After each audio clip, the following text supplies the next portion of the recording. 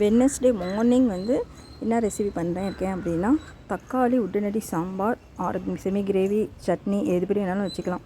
அதுக்கு வந்து நல்ல பூண்டு வந்து பார்த்திங்கன்னா ஒரு 10-15 பொடியாக நறுக்கிக்கணும். அதே மாதிரி ஒரு 5-6 வெங்காயம், சின்ன வெங்காயம் 10 வெங்காயம் கூட நறுக்கிக்கலாம்.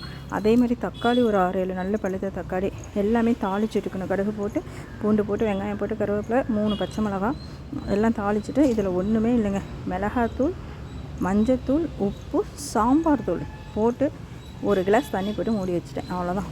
நீங்கள் உங்களுக்கு சாம்பாராக வேணும், தண்ணி சாம்பார் மாதிரி வேணும் அப்படின்னா அதுக்கு தகுந்த மாதிரி 2 கிளாஸ் 3 கிளாஸ் கூட போட்டுக்கலாம். அதுக்கு தகுந்த மாதிரி நீங்கள் சாம்பார் தூள் ஆட் பண்ணிங்க, மிளகாத்தூள் ஆட் பண்ணிங்க, அவ்வளோதான். அது வந்து 5 to 10 மினிட்ஸ் தான் மேக்ஸிமம். அதுக்குள்ளார நம்ம தோசை ஊற்றுறதுக்குள்ளார நான் வந்து இன்றைக்கி ஊத்தாப்பம் தான் போட்டேன். அது போடுறதுக்குள்ளாரே அதுவும் ரெடி ஆயிடுச்சு. தொட்டு சாப்பிட்றதுக்கு பாப்பாவுக்கு 7 o'clock ரெடி பண்ணிட்டேன். எல்லாருக்குமே இன்றைக்கி ஒரு ஊத்தாப்பம் இந்த தக்காளி கிரேவி தான். நான் வந்து செமி கிரேவி மாதிரி பண்ணேன். ரொம்பவும் சட்னி மாதிரியும் இல்லாமல் சாம்பார் மாதிரியும் இல்லாமல். ஏன்னா அது காலி பண்ணிவிட்டு நான் பாத்திரம்லாம் மேக்ஸிமம் வந்து ஏன்னா வேலை செய்கிறதுக்குலாம் யாரும் இல்லை, நான் தான். அதனால் என்ன பண்ணுவேன், அதே பாத்திரம் சட்னியும் கரெக்டாக அது தீந்துருச்சு. தக்காளி சாம்பார் பண்ணது அதுலேயே வந்து இப்போ லெமன் சாதம் பண்ணிக்குவேன். அப்படி தான் குக்கரில் பருப்பு வச்சா அதுலேயே நான் வந்து சாப்பாடு வச்சுக்குவேன். எப்போயுமே நான் அப்படி தான். நிறைய பாத்திரம் நான் யூஸ் பண்ண மாட்டேன். அதையவே நான் வாஷ் பண்ணி ரீயூஸ் பண்ணிக்குவேன். அன்றைக்கி டே அப்படி தான் போகும். அதனால் என்ன பண்ணேன், சூடாக குக்கரில் சாதம் வச்சுட்டேன்.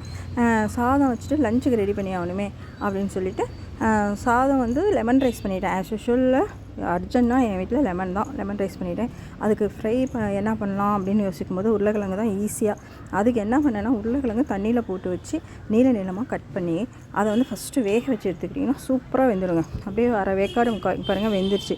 இதில் வந்து பூண்டு, சோம்பு தட்டி போட்டு கருவேப்பிலை போட்டிங்கன்னா அந்த டேஸ்ட் வந்து நமக்கு என்ஹான்ஸ் பண்ணி தரும். அதுக்கப்புறம் மூடி வச்சுட்டு அதில் மிளகாத்தூள், மஞ்சத்தூள், உப்புத்தூள், மிளகுத்தூள் போட்டு நல்லா ஃப்ரை பண்ணிவிட்டு லாஸ்ட்டாக நீங்கள் எண்ணெய் போட்டிங்கனாவே போதும்.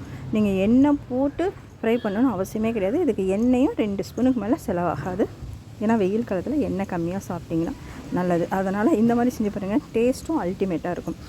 லெமன் ரைஸுக்கும் உருளைக்கிழங்கு ஃப்ரை நல்லாயிருக்கும், தயிர் சாதத்துக்கும் நல்லாயிருக்கும். தயிர் சாதம் தாளிச்சிருந்தால் நல்லாயிருக்கும். அப்படிங்கிற டேஸ்ட் எப்போயுமே நல்லாயிருக்கும். அதுக்காக என்ன பண்ணேன், சுட சாதத்தை ஃபஸ்ட்டு டிஃபன் பாக்ஸில் போட்டுக்கிட்டு அதுக்கு மேலே இஞ்சி, பச்சை மிளகாய், கருவேப்பிலை, கடுகு கொஞ்சோண்டு எல்லாமே போட்டு தாளித்து விட்டுட்டு அதில் வந்து கெட்டி தயிரும் உப்பும் கலந்து போட்டு நல்லா ஸ்பூனில் ஒரு கலக்கி பாப்பாவுக்கு பேக் பண்ணியாச்சு. இவ்வளோதான் இன்றைக்கி. சிம்பிள் லஞ்சு தான், ஆனால் டேஸ்ட்டு நல்லா இருந்தது. இந்த மாதிரி ஒரு தடவை வேலைக்கு போகிறவங்க, அர்ஜென்ட்டாக வேணுங்கிறவங்க இந்த மாதிரி செஞ்சு பாருங்கள். இந்த ரெசிபி பிடிச்சிருந்தால் லைக் பண்ணுங்கள், ஷேர் பண்ணுங்கள், மறக்காமல் சப்ஸ்கிரைப் பண்ணுங்கள்.